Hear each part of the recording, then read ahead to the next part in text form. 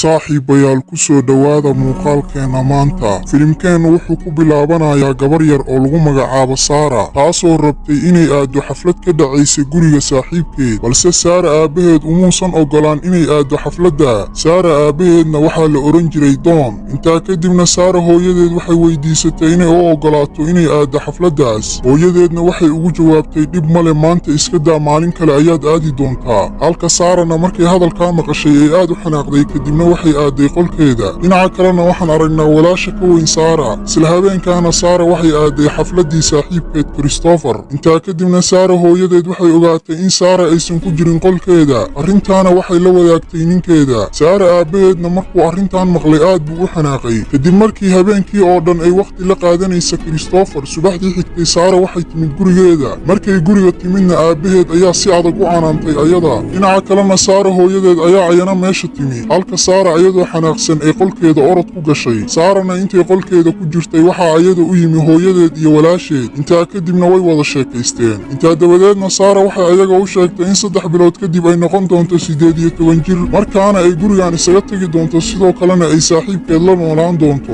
nolosheedana wax badan ayaan ku raaxaysan doonaa markaa. Saara aabbaheedna wuxuu maqlay hadalladan isagoo bannaanka taagan. intaa kadibna Saara aabbaheed Doon wuxuu diyaariyey qol dhulka hoostiisa ah. intaa dabadeedna wuxuu sugayay 3 bilood kadib markaasoo ay Saara 18 jir noqon doonto. muuqaalka xigana waxaa nala tusayaa 3 bilood kadib markaasoo ay Saara taleefanka kula hadlayso saaxiibkeed Christopher. xilligaana Saara walaasheed ma joogin guriga, sidoo kalena hooyadeed suuqa ayay ku maqnayd. Saara iyo aabbaheed oo keliya ayaana guriga joogay. intaa kadibna aabbuhu gabadhiisa wuxuu u sheegay inuu doonayo in qaybta hoose ee guriga ay kala soo qaato santuuq, sidaa darteedna ay ka caawiso arrintaa. intaa dabadeedna labadoodii waxay aadeen meeshaa si ay santuuqa halkaa uga soo qaadaan. markay meeshaa tageenna Doon wuxuu furay albaabka qol sira oo meeshaa ku yaalay. Saarana way naxday markay aragtay in qol sira uu ku yaallo gurigooda. intaa dabadeedna aabbuhu gabadhiisa wuxuu u kaxeeyey qolkaa. intaa kadibna damin ayuu ugu dhigay halkaa qolka ayuuna ku soo xiray ayada. Saarana waxay ku qaylisay icaawiya, balse aabbaheed wax jixinjaxa uma muujin ayada, wuuna iska indha tiray. intaa kadibna Saara waxay isku dayday in biinkii ku xirnaa albaabka ay furto, balse iftiinkii ayaa ka tegey qolkii ay ku jirtay, mugdi ayuuna noqday. sidoo kalena hawadii ayaa istaagtay. intaa kadibna Saara markay santuuqa hubisay waxay ogaatay in aabbaheed uu meeshaan u keenay wax walba oo lagama maarmaan u ahaa ayada, si ay halkan ugu noolaato muddo dheer. dhinaca kalena Saara waxay bilowday in daaqaddii ay hawada uga soo gelaysa ay caawinaad ka weydiisato dadka.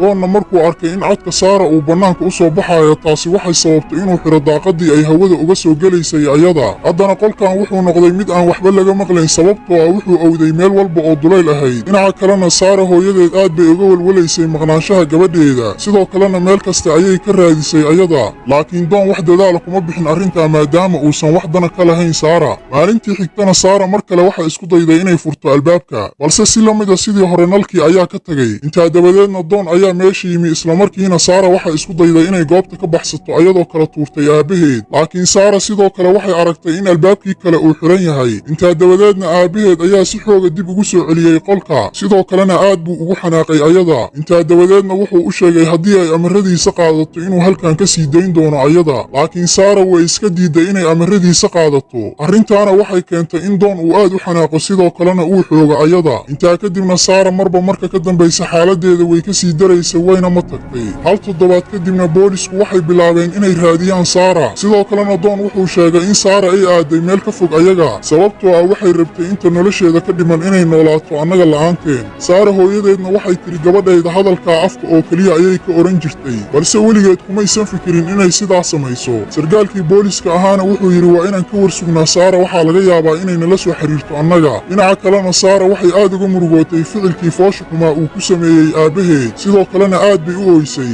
intaa kadibna maalin maalmaha ka mid a Christopher wuxuu yimid guriga Saara si uu u ogaado xaaladeeda. kadibna Doon ayaa wiilkii u sheegay in Saara ay la baxsatay saaxiibkii carruurnimadeeda. haddana 21 maalmood ayaa ka soo wareegtay intay qolka ku jirtay, waxayna hadda gaartay 18 sano. maalinteedii dhalashada ayayna ahayd. intaa kadibna aabbaheed wuxuu u keenay keeg iyo shumac. kadibna Saara wuxuu ka codsaday inay damiso shumaca. Saarana waxay samaysay wuxuu ku amray aabbaheed, sidoo kalena way addeecday asaga, sababtoo ah wuxuu horay ugu sheegay haddii ay amaradiisa qaadato in dhowaan uu halkan ka sii dayn doono. sidoo kalena wuxuu ayada siiyey dhar cusub si ay u soo xirato. intaa dabadeedna Doon Saara wuxuu u sheegay in waxa ay rabto ay ka dalbato si uu ugu fuliyo. Saarana waxay asaga u sheegtay inay doonayso inuu halkan ka sii daayo. intaa dabadeedna doon wuxuu ayada u sheegay in arrintaa ay qaadanayso waqti badan. mar kalena saara waxay asaga ka codsatay inuu u keeno saacad iyo TV, halka doonna uu mar kala kufsaday saara. maalintii xigtana wuxuu ayada u keenay saacaddii iyo TVgii ay ka dalbatay. intaa kadibna saara waxay rabtay inay hub ahaan u isticmaasho qolofka gasaca malayga. arrintaana waxay u samaynaysay inay ka takhallusto doon, laakiin aabbaheed ayaa fahmay ujeeddadeeda iyo inay doonayso inay disho asaga. sidaa darteedna si xun ayuu u garaacay ayada ilaa uu markii dambe gacan ka jebiyey saara. dhinaca kalena saara intay meeshan ku jirtay sanad ayaa ka soo wareegtay. haddana waxaan aragnaa saara oo uur leh xanuun daran. kadibna saara gabar ayay dhashay. doonna kumuusan farxin markuu arkay saara inay gabar dhashay. intaa dabadeedna 4 sano ayaa ka soo wareegtay markii la waayey saara. hooyadeedna aad bay ugu xiistay gabadheeda, halka saarana ay mar kale uur qaaday. dhinaca kalena doon xaaskiisa wuxuu u sheegay in la dalacsiiyo asaga,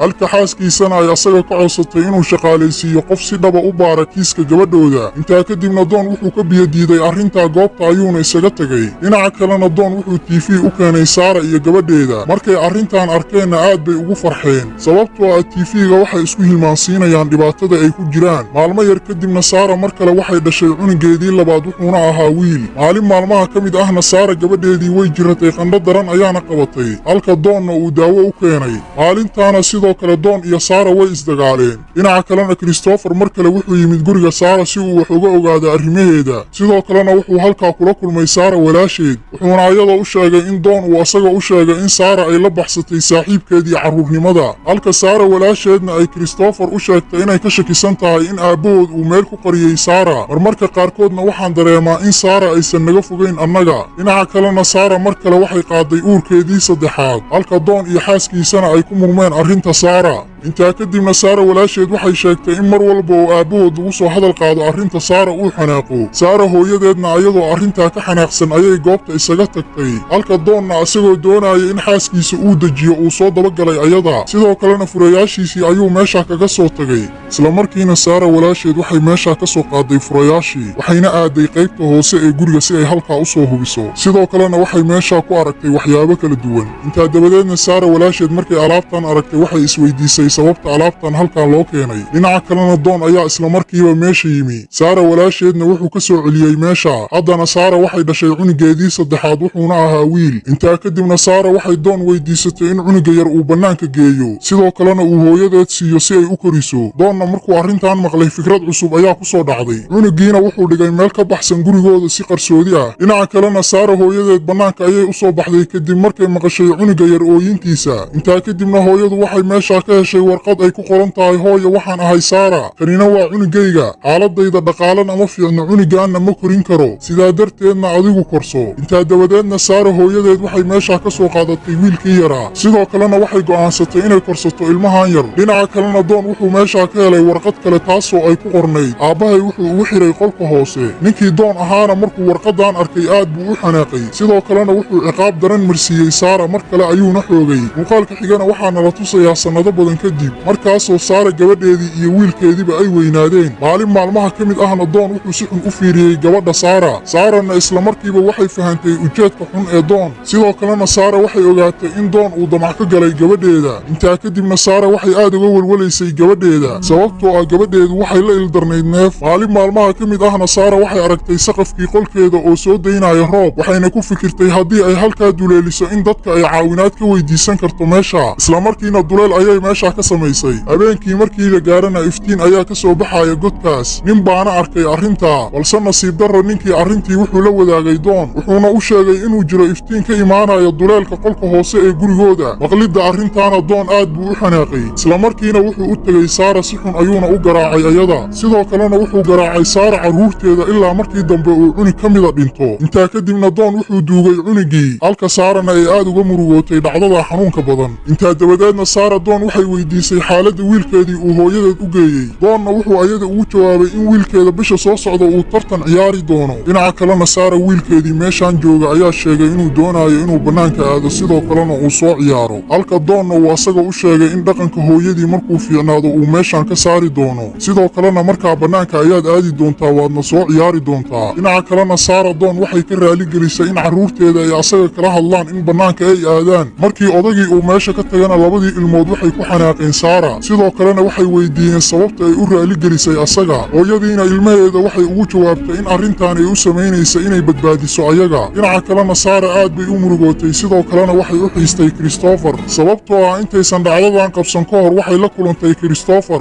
waqti qurux badan ayayna wada qaateen asaga. intaa kadibna ilmihii hooyadood waxay ka raali geliyeen sida ay ula dhaqmeen. sidoo kalena Saara carruurteeda waxay u sheegtay wejiga dhabta ee Doon iyo foolxumada uu kula kacay ayada. carruurtuna markay arrintan maqleen aad bay u naxeen halka gabadhii yareydna ay neeftii ku soo kacday. dhinaca kalena Doon aad buu u xanaaqay sababtoo ah wuxuu ogaaday in Saara carruurteeda ay runta u sheegtay. arrintaa darteedna wuxuu bilaabay inuu garaaco ayada, balse Saara wiilkeedii ayaa ka celiyey ayada, halka Doonna asagoo ayaga ciqaabaya uu nalkii ka damiyey kadibna uu bannaanka aaday. maalmo kadibna Doon wuxuu dib ugu laabtay shaqadiisii sababtoo ah marba marka ka dambeeya waxaa sii yaraanaya lacagtii uu kayd ahaanta u haystay. intaa kadibna xaaskiisa waxay isaga weydiisay halka uu ku bixiyey lacagtii uu kaydsaday. dhinaca kalena Saara waxay jebisay derbiga, halka Doonna uu warqad ogeysiisa uu ka helay bangiga taasoo loogu sheegayo inuu ka baxo guriga sababtoo ah Doon wuxuu dib u soo celi waayay lacagtii caymiska ahayd uu bangiga ka qaatay. intaa dabadeedna ninkii Doon ahaa wuxuu go'aansaday in gebi ahaanba uu ka takhaluso Saara iyo carruurteeda sababtoo ah hadda tala farihiisa way ka baxday. intaa kadibna qiica gaarigiisa ayuu uga geliyey meeshii ay hawada ka qaadanayeen, balse intuu hawshaan waday waxaa meesha yimi wiilkii Saara ay hooyadeed siisay. sidaa darteedna odagii Doon ahaa wuxuu ku qasbanaaday inuu joojiyo gaariga. sannado badan kadibna waxaan aragnaa Saara gabadheedii oo mar kale cudurkii neefta ahaa uu ku soo booday. intaa kadibna Saara Doon waxay u sheegtay inay doonaysa in gabadheeda uu dhakhtar u geeyo si xaaladeeda loo hubiyo, laakiin Doon ayaa iska diiday arrintaa, balse Saara mar kale ayay codsatay Doon. intaa kadibna gabadha xaaladeeda markuu arkay wuxuu aqbalay arrintii ay Saara u soo jeedisay. intaa dabadeedna Doon wuxuu goobta ka kaxeeyey Saara iyo gabadheeda oo keliya, halka wiilkiina lagu amray inuu halkan sii joogo. Saarana markii ay qolka dhulka hoostiisa ahaa ka soo baxday waxay xasuusatay wax walba, sidoo kalena waxay aragtay gurigoodii. intaa kadibna Saara gabadheedii waxaa la geeyey isbitaalka, sidoo kalena khatartii way ka badbaaday gabadha. intaa dabadeedna gabadhii dhakhtaradda ahay Saara waxay ka codsatay inay foomka buuxiso. haddana Saara ma aysan rabin mar kale inay ku laabato noloshii qarribnayd, sidaa darteedna foomkii biyo ayay ku daadisay. intaa dabadeedna Doon goobta ayuu isaga tagay si foom kale uu u soo qaado. Saarana iyadoo fursadda ka faa'iidaysanaysa waxay u timid naagtii dhakhtaradda ahayd, sidoo kalena way isku duubtay islamarkiina waxaa meesha yimi ninkii Doon ahaa. Saarana naagtii dhakhtaradda ahayd waxay weydiisatay inay caawiso. dhakhtaraddiina islamarkiiba waxay fahantay in Saara ay dhibaato haysato. Saarana sidoo kale waxay nasiib ku lahayd inuu meeshaa joogay sargaal boolis ah. askarigaana islamarkiiba wuxuu gacanta ku dhigay Doon. intaa kadibna ninkii Doon ahaa wuxuu qirtay wax walba uu sameeyey, sidoo kalena wuxuu shaaca ka qaaday xaqiiqada. intaa dabadeedna Saara wiilkeedii waxaa laga soo saaray qolkii dhulka hoostiisa ahaa. Saarana hooyadeed markay arrintan aragtay aad ayay u naxday. intaa kadibna Doon xabsiga ayaa loo taxaabay, halka Saarana ay xurriyadeedii dib u heshay. sidoo kalena hadda waxay awoodaa inay bannaanka aado waxayna la midowday hooyadeed iyo walaasheed, halka carruurtuna ay sidoo kale ay faraxsan yihiin. intaa kadibna Christopher ayaa yimid guriga Saara si uu ula kulmo ayada, sidoo kalena weli ma guursan asaga. sidaa darteedna lamaanahan muddo dheer oo ay kala maqnaayeen kadib way midoobeen. filimkeennina meesha ayuu ku soo dhammaaday. haddii aad nala soo gaartay dhammaadka muuqaalkan, fadlan muuqaalkeenna laag saar, sidoo kalena janalkeenna ku soo biir oo sabskraib dheh. waa ku mahadsan tahay la joogistaada.